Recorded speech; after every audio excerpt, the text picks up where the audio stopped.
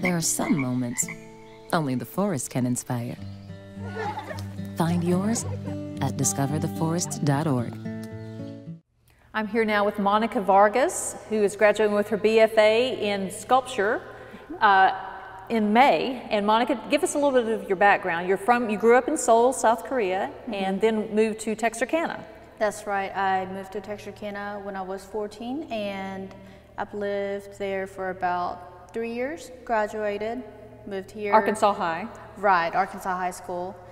And why did you want to come to UCA?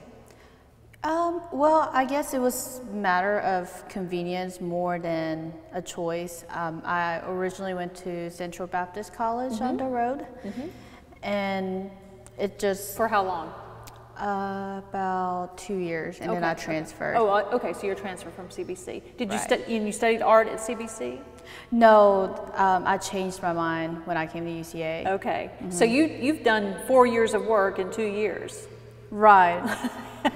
Well, no, not necessarily. I actually went through the 4-year process here.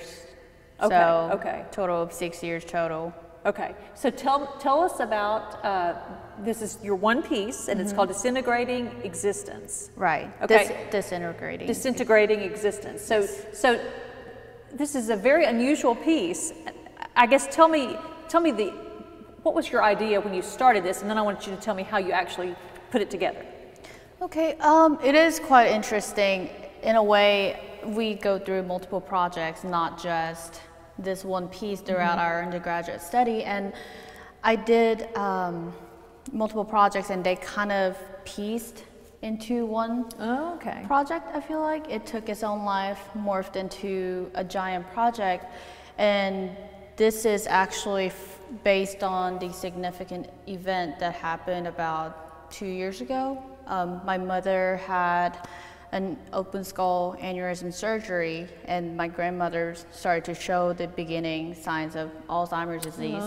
So this project is built around that, the idea of memories and human bodies, how neither one of those are impermanent and fragile, and how you don't, in a way, the fragility of those elements kind of accentuate the beauty in them.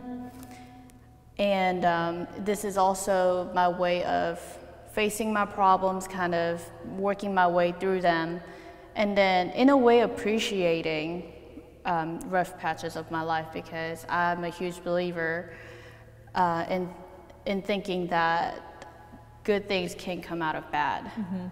And in a way, I guess this is my way of saying, hey, it was awful and it sucked, but you know, if worse comes down to worse, I'm a stronger person, and I at least made something beautiful rise out of the ashes.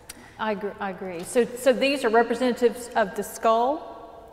No, these are more like, I kind of look at them as cellular structures kind of floating around, or that could be representation of memories. They don't really have like, this is supposed to be that type of situation. It's more about the idea of memories or life, really. And so you created these out of the these are sculptures, right? And then you painted on top. That's right. Okay. Okay. So how did you actually install it? I mean, this is huge. How big is it? How big is it? This is roughly about 20 feet.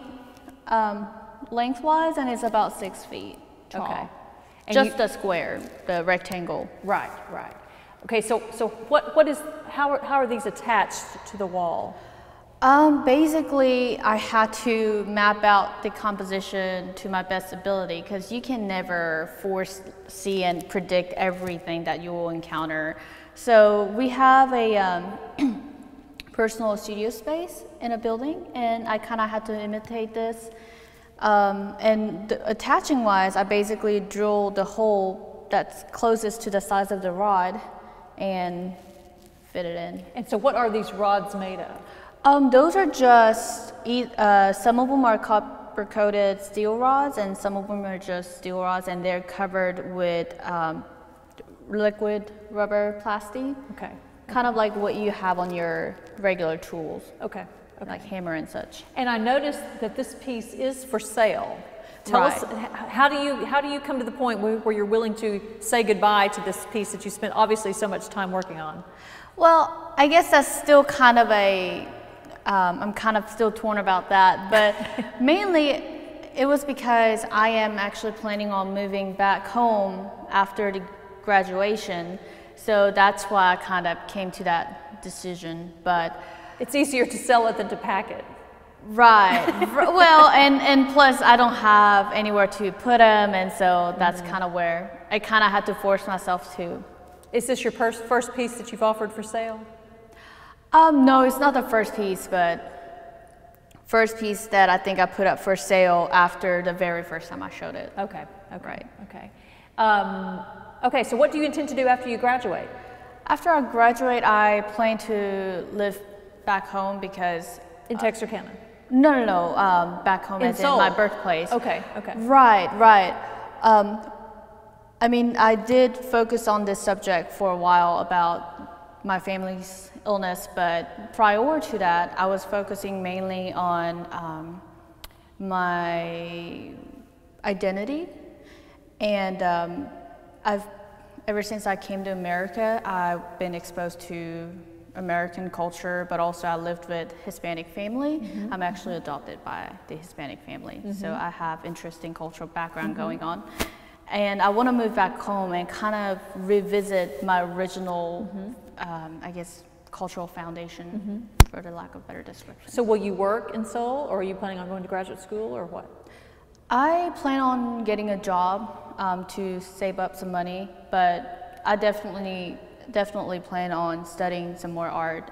And making art. Right, hopefully. Yes. And I kind of want to expand on my knowledge in ceramics when I go back. Very good. Well, Monica, thanks so much for joining us today. It's a beautiful piece. Thank you.